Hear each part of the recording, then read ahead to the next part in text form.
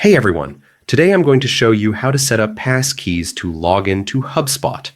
Whether you're new or just looking to boost your account security, passkeys are a simple and safe way to protect your Hubspot account.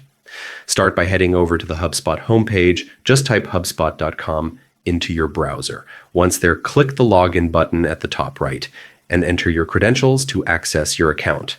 Now look at the top right corner and click on your profile picture. From the drop-down menu, select Profile. This takes you to your personal settings. Next, click on Profile and Preferences. Here you'll find plenty of customization options, including security settings. Go ahead and click on the Security tab. This is where you can set up extra protections for your account.